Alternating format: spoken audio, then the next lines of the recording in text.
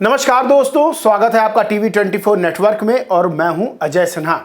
Uttar Pradesh BJP में कुछ बड़ा होने वाला है क्योंकि उत्तर प्रदेश के मुख्यमंत्री योगी आदित्यनाथ ने दिल्ली जाकर बड़े नेताओं से बीजेपी की मुलाकात की है, जिसमें प्रधानमंत्री नरेंद्र मोदी, गृह मंत्री अमित शाह और बीजेपी के राष्ट्रीय अध्यक्ष जेपी नड्डा से मुख्यमंत्री योगी आदित्यनाथ ने मुलाकात की है।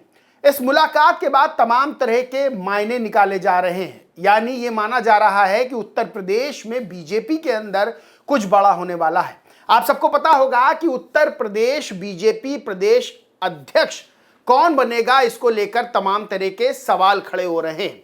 दरअसल बीजेपी का राष्ट्रीय अध्यक्ष भी नया बनना है और उत्तर प्रदेश बीजेपी का प्रदेश अध्यक्ष भी किसी को बनाया जाना है। अब कौन बनेगा, यह सवाल उत्तर प्रदेश के राजनीतिक गलियारों में घूम रहा है और इसका जवाब हर कोई जानना चाहता है, क्योंकि बीजेपी की सरकार है उत्तर प्रदेश में और बीजेपी सबसे बड़ी पार्टी है उत्तर प्रदेश में। ऐसे में इसका नेतृत्व किसके हाथ सौंपा जाएगा, ये सवाल खड़े हो रहे हैं। सवाल ये भी खड़े हो रहे हैं, क्या कोई ओबीसी वर्ग का चेहरा बीजेपी का प्रदेश अध्यक्ष बनेगा या फिर किसी दलित वर्ग से किसी को बनाया जाएगा या फिर ब्राह्मण वर्ग से किसी को नेतृत्व सौंपा जाएगा। लेकिन मुख्यमंत्री योगी आदित्यनाथ ने कल जाकर मुलाकात की है। यह मुलाकात बहुत महत्वपूर्ण मानी जा रही है। महत्वपूर्ण इसलिए मानी जा रही है क्योंकि यह माना जा रहा है कि यह मुलाकात बीजेपी के प्रदेश अध्यक्ष के चुनाव को लेकर की गई है।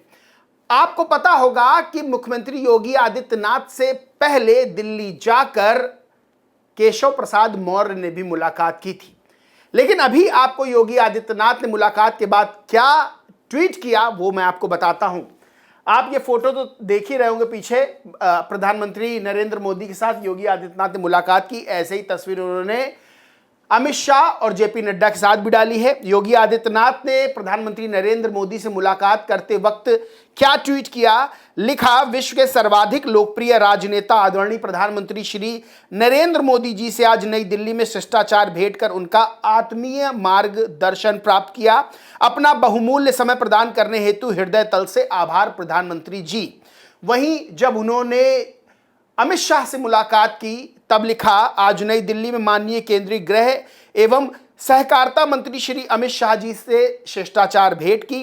अपना अमूल्य समय प्रदान करने हेतु आपका हार्दिक आभार। वहीं उन्होंने जेपी नड्डा से भी मुलाकात की और जेपी नड्डा का भी शुक्रिया अदा किया। अब यह मुलाकात बेहद महत्वपूर्ण मानी जा रही है बीजेपी प्रदेश अध्यक्ष के नेतृत्व को लेकर।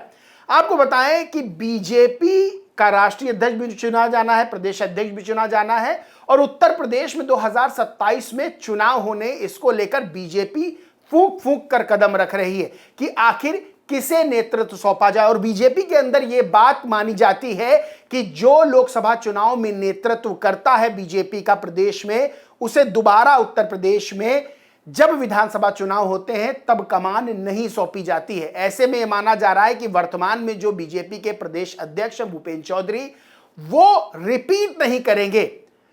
केशव प्रसाद मौर्य ने भी मुलाकात की थी जब अमित शाह से, तब केशव प्रसाद मौर्य ने लिखा था, भारतीय राजनीति के चाणक्य एवं हम जैसे लाखों कार्यकर्ताओं के प्रेरणा स्रोत व मार्गदर्शक, देश के यशस्वी गृह एवं सहकारिता मंत्री माननीय श्री अमित शाह जी से शिष्टाचार भेंट कर 2027 में उत्तर प्रदेश में 2017 दोहराने, तीसरी बार भाजपा सरकार बनाने सहित विभिन्न महत्वपूर्ण विषयों पर विस्तृत चर्चा कर मार्गदर्शन प्राप्त करने का सौभाग्य प्राप्त हुआ। केशव प्रसाद मौर्य 2017 में प्रदेश के अध्यक्ष हुआ करते थे, जब 2017 में प्रचंड जीत भारतीय जनता पार्टी को उत्तर प्रदेश में मिली थी। यह माना भी जा रहा था कि कहीं ना कहीं केशव प्रसाद मौर्य मुख्यमंत्री बन सकते हैं, लेकिन अचानक योगी आदित्यनाथ का नाम सामने आया था और योगी आदित्यनाथ 2017 में उत्तर प्रदेश के मुख्यमंत्री बनते हैं। उसके बाद 2022 में भी चुनाव होता है, भारतीय जनता पार्टी जीतती है, योगी आदित्यनाथ फिर से मुख्यमंत्री बनते हैं। लेकिन हाल में ही जब अमित शाह उत्तर प्रदेश आए थे तब उन्होंने मंच से जब योगी आदित्यनाथ को भी संबोधित किया था, लेकिन जब उन्होंने केशव प्रसाद मौर्य को संबोधित करते हुए यानी उनका नाम लेते हुए कहा था, उन्होंने कहा था हमारे मित्र। इसके बाद भी तमाम तरह की चर्चाएं हो गई थी और केशव प्रसाद मौर्य और अमित शाह की जुगलबंदी किसी से छुपी नहीं है। वही उत्तर प्रदेश के राजनीतिक गलियारों में, खबरनवीसों में एक चर्चा यह भी रहती है कि योगी आदित्यनाथ और केशव प्रसाद मौर्य के बीच बनती नहीं है। आपको याद होगा कि कुछ समय पहले केशव प्रसाद मौर्य का लखनऊ से दिल्ली बड़ा आना जाना लगा हुआ था और यह माना जा रहा था कि योगी आदित्यनाथ को कहीं मुख्यमंत्री की कुर्सी से हटा ना दिया जाए। लेकिन योगी आदित्यनाथ का अपना एक ऑरा है, अपना उनका चेहरा है और वो बड़े दिग्गज नेताओं में शुमार हो चुके हैं, तो ऐसे में उनको हटाना ये सब कयास लगाए जा रहे थे। लेकिन दिल्ली से जो नजदीकियां हैं केशव प्रसाद मौर्य की, वो किसी से छुपी नहीं है। बहरहाल अब यह माना जा रहा है कि उत्तर प्रदेश में एक बार फिर से प्रदेश अध्यक्ष की कमान केशव प्रसाद मौर्य के हाथ आ सकती है, क्योंकि पुराना उनके पास अनुभव है, बड़ा ओबीसी वर्ग का वो चेहरा है, मौर्य समाज से आते हैं। तो ऐसे माना जा रहा है कि क्या केशव प्रसाद मौर्य को ये कमान सौंपी जा सकती है।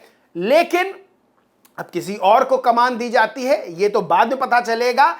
लेकिन मुख्यमंत्री योगी आदित्यनाथ का और उससे पहले केशव प्रसाद मौर्य का दिल्ली में बड़े नेताओं के साथ मिलना कई तरह की खबरें पैदा कर रहा है, कई तरह के कयास उत्तर प्रदेश की राजनीति में लगाए जाने लगे हैं। और सबसे बड़ी बात यह है कि लोकसभा चुनाव जब हुआ तब उत्तर प्रदेश में भारतीय जनता पार्टी को बड़ा झटका मिला था। लोकसभा चुनाव में समाजवादी पार्टी उत्तर प्रदेश में सबसे बड़ी पार्टी बनकर उभरी थी, 37 सीटें उसके पास गई थी, 6 सीटें कांग्रेस के पास गई थी, 33 सीटें बीजेपी को मिली थी, 2 सीटें आरएलडी को मिली थी, 1 सीट अपना दल को मिली थी।